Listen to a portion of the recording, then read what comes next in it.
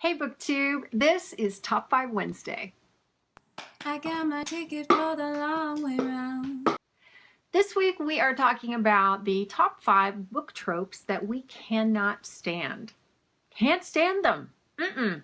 I talked about a couple of these earlier this week when I did the unpopular opinions tag. And also, let me say right now that this week for VEDA just seems to be me complaining about one thing after another. So maybe we can stop with today and, make it a positive rest of the week. We'll see. I don't know. So let's begin with one that I think is common to everyone, and that is the angsty love triangle. Now, this one I'm not even counting as one of my top 5 because I think it is a broad, overreaching thing that everybody hates. Oh my gosh. Angsty. I don't know. Whining. You know what? We should all be so fortunate as to have more than one person who is interested in us romantically. Really. Because usually they're both really good looking and really talented and really sweet and really wonderful on some level. So stop whining. And authors, stop with the love triangles. Stop it. Stop it. On to my top 5. Number 5, I am calling this a trope, but I don't know that it's really a trope. You can let me know what you think of this. And that is holes in time travel.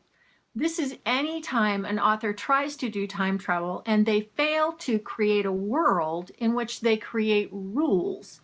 And sometimes they don't have any rules, so there are plot holes all over the place. Or other times they create the world and they create the rules, but then they break their own rules. Again, creating major plot holes, gaping plot holes.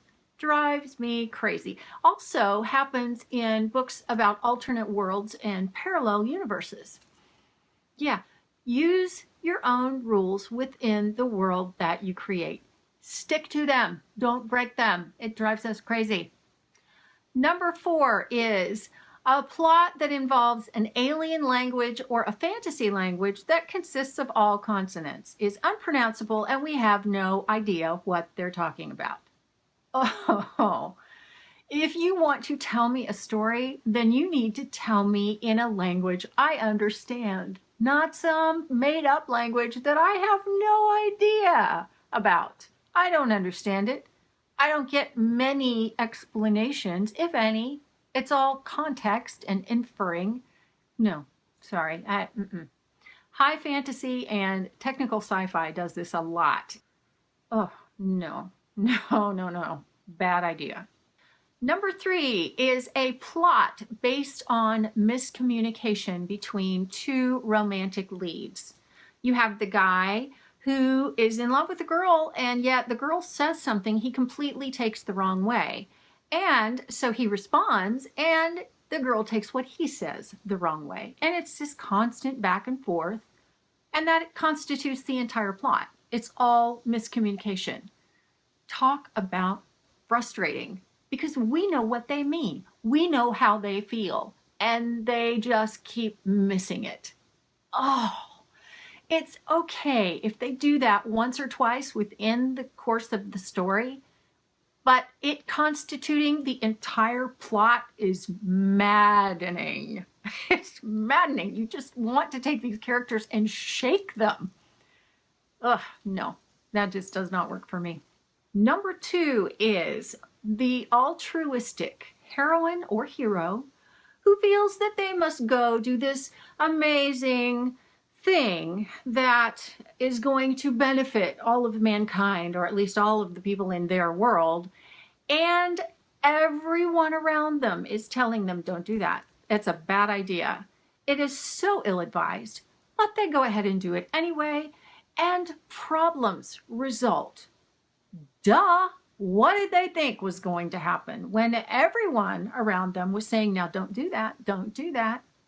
Oh, I do not like a dumb main character. I do not like it when I am smarter than them and can clearly see, as they should be able to see, that this is a bad idea. Ugh. And along those same lines, I can't stand the main character who is the only one that all of the high ups in the government and all the people in power see as the one to be eliminated. Really? Can they not at least represent a problem? But do they have to be the one young adult that apparently all of the powers that be feel needs to be eliminated, done away with, tortured, killed, whatever, sent to another dimension where the author won't pay attention to the rules? Yeah, anyway. And my number one trope that I cannot abide, I absolutely abhor this. It's when you have, especially in YA and often in new adult, you have parents or adults who just don't get it. They are removed from the situation for some reason. They either are workaholics or alcoholics or drug addicts or dysfunctional in one of 100 ways. And often they will make rules that inhibit the ability of the main character to solve the problem because they don't get it. Often they're making these rules, and it's made clear in the story that the reason they're making the rules is to protect the main character, who sees them as standing in the way of solving the problem. They just don't get it, and I'll take care of myself. It'll be fine. Okay. Once in a while, we see parents and adults, like teachers or other people in positions of authority over young adults or people who are new adults, bosses, once in a while we'll see them and they're portrayed in a good way, but often they're not. And I hate that with such a passion. And more specifically, one thing I will not read books where this happens, or if I know that this happens, where you have a religious family where the dad is the overbearing, controlling hypocrite, and the mom is the doormat who thinks that the dad can do no wrong, or at least feels intimidated enough that she's not going to stand up to him. And then you have a sibling or a peripheral person that feels so intimidated by that family or that situation, controlled by that family or whatever, that they won't stand up and change or at least voice their opinion. And then you have the main character who is so oppressed by this situation. Really? That does not happen most of the time. Most of the time. I can't stand that. I can't stand that trope, because what I think it does is further the general broad opinion that that's how real life is. And it is so not what real life is. In fact, most of these tropes further an opinion in real life that isn't true. Drives me crazy. So those are my top 5 tropes that I cannot stand in fiction or, in general. So I'd love to know what yours are. I'd love to know if you agree with me about any or all of these. So let's talk about that in comments. And that's it for today. I will see you tomorrow. Thanks for watching.